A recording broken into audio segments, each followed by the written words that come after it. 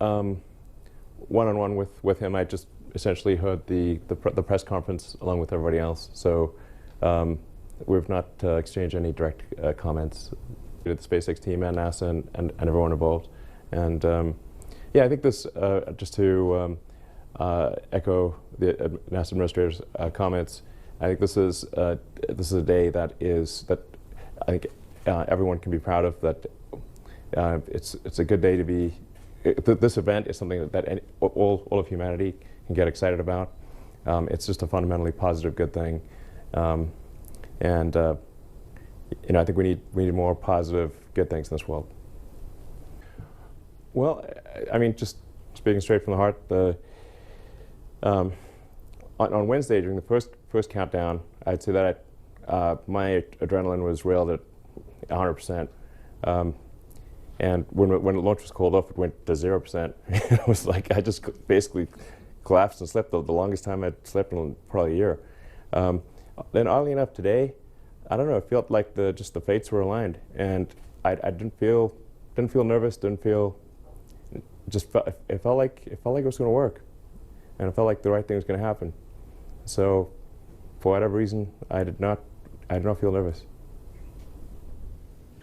Hey, Bettina, can I Sure. say something real quick? I just got a note moments ago. Doug Hurley announced that the Crew Dragon is named Endeavour, okay. And cool. We are going to look forward to hearing a few words from them shortly. Thank you. Yeah, they've been flying it around. Actually, it's cool that they took it off automatic and just were manually flying the craft around. Mm. It's got to be pretty fun, you know, just zipping around space and, you know, spacecraft. Everyone's childhood dream. Smooth ride. You can see on the, I think on the webcast it looked quite smooth. In fact, there was a friend of mine who's a filmmaker said you need to put some shake into the camera to make it look more realistic. This is obviously a tremendous accomplishment for SpaceX in partnership with NASA and a number of critical suppliers. In fact, if I think about the total number of people involved in making this mission successful, it probably adds up to 100,000. So I'd just like to express a word of appreciation and congratulations again to everyone involved in making this successful.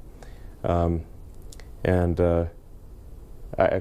just a special word to the administrator and Kathy, and you know, it's just everyone involved. It's just wow. Anyway, it is a little hard to process. I think at this point I am somewhat overcome by emotion to try to come up with cohesive, sentences that make any sense. Is quite difficult. But I think this is hopefully the first step on a journey towards a civilization on Mars, life becoming multiplanetary, you know, based on the moon and expanding beyond Earth, and life becoming a multi-planet species, life becoming multiplanetary for the first time in the 4.5 billion year history of Earth. I think this is hopefully the first step on that journey.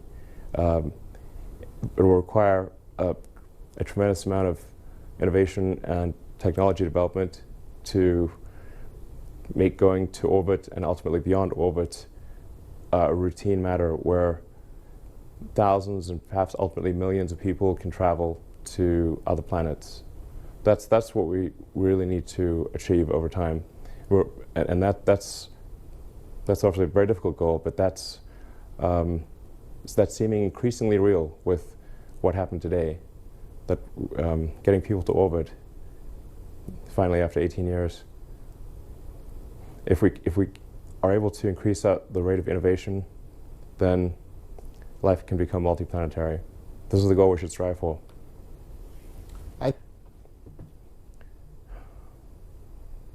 Yeah, human spaceflight was always the goal, the fundamental goal of SpaceX. Well, like I said, to create the technologies or help create the technologies necessary to make life sustainably multiplanetary. I cannot emphasize this enough. This is the thing that we need to do. We must make life sustainably multiplanetary. It's not one planet to the exclusion of another, but to extend life beyond Earth. We are life's agent in this regard. All the creatures that, and the plants and everyone that exist here on Earth, we can bring them to other planets, and it's very important that we do so as soon as possible, I think, while the window of opportunity is open. I call upon the public to support this goal, and to think about this goal, and think about how important it is, and how fundamental it is to the future. We've got to get it done. The launching satellites is nice, of course, and it keeps the we've got to bring in more money than we spend. This is important, but it's ultimately all about life beyond Earth. Well, it really hit home, when you meet somebody's kids and the vehicle that they're responsible for, that their life's at stake. It really hits home.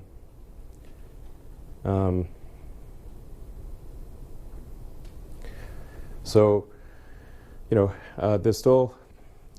So we still got to dock with the space station. We still got to return.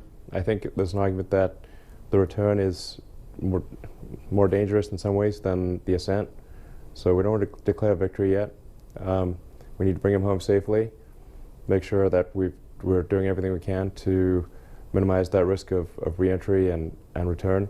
We were able to do that with the Demo 1 vehicle, so we were able to retire a lot of risk with the re-entry there. That's a big deal, but yeah,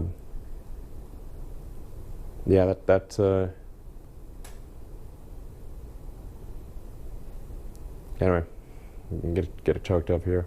So it really this. Yeah, I'm getting choked up. Sorry, I'm not sure I can answer the question any more than that. Except, yeah, we're gonna do everything we can to make sure it gets home safely. I think we would not have achieved this level of safety without the tremendous support from NASA and your team. NASA made us way better than we would otherwise have been, and obviously we couldn't even have got started without NASA. So thank you very much for your support. But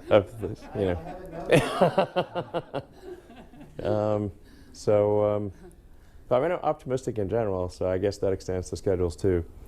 I don't know. I mean, I guess I would wish that we could do it in 2 years. I don't know. That might mean 4, but I don't know. I think it's not out of the question that it could be 2 years. I would be surprised if it took more than 4. Do I have a message for those who? What? Doubted you. Oh, doubted. Okay, I was like, what did he? Okay. Or maybe I just blank out the word doubt.